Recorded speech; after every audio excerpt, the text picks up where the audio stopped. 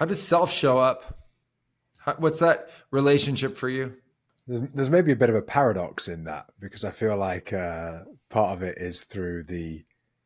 I feel like the more I there's like a deepening of the relationship with myself, and through doing that, it's the relinquishing the idea of myself. Very Mhm. often, I feel like those two often go hand in hand, and when I have periods of going deep in,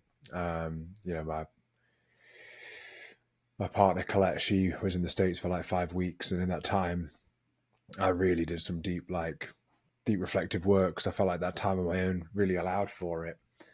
And just the further I went in, the more it was just recognizing how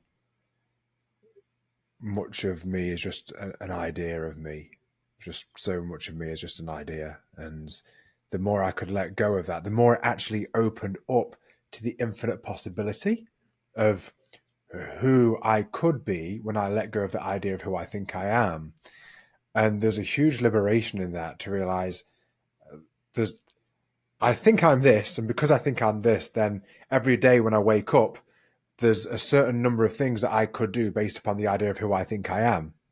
But what if I woke up and I did this and really opened the spectrum to realize that beyond any of the idea of who I think I am, there's this infinite potential and possibility that I could tap into outside the idea of me. So beyond that, beyond the limits of my memory of myself, then what happens? And I feel like when I enter into that, I feel most empowered in a way, most limitless, most boundless, most free, and also most free to show up. And I sometimes wonder if that's the attraction of travel for people because they're not known in a certain place. You can kind of travel, you can kind of like show up as whoever you want, and people will believe you because why would they not?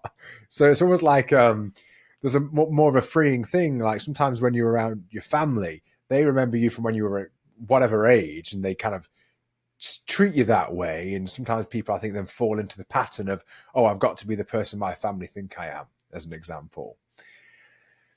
So, yeah, paradoxically, I think when I think about focus on the relationship with myself, it's actually partly freeing myself from the idea of myself. Yeah, when I played with that, I like to think that first I have a thought of myself, and that thought is intoxicating and really powerful. And then I realize I'm the thinker.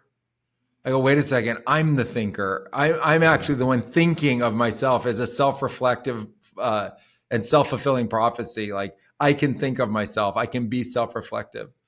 And then as a thinker, it kind of leads me to this much deeper question. Well, like if I am myself, if I am thinking and I can think of myself, what does that actually make me? Who am I? What am I? Like how did that ever happen? How did any of that ever happen? If I'm not just pinging around in the thought of myself, trying to deal with myself, how did I ever become a thinker to begin with?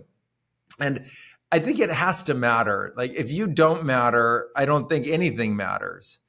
I think that this kind of the ego wants to commandeer that position, right? And a lot of people become fixated and stuck in ego about that. And they now great over importance for it. But I think that's the moment, if you don't do that, where you realize that you really do matter and you have a purpose and there's something much greater about yourself.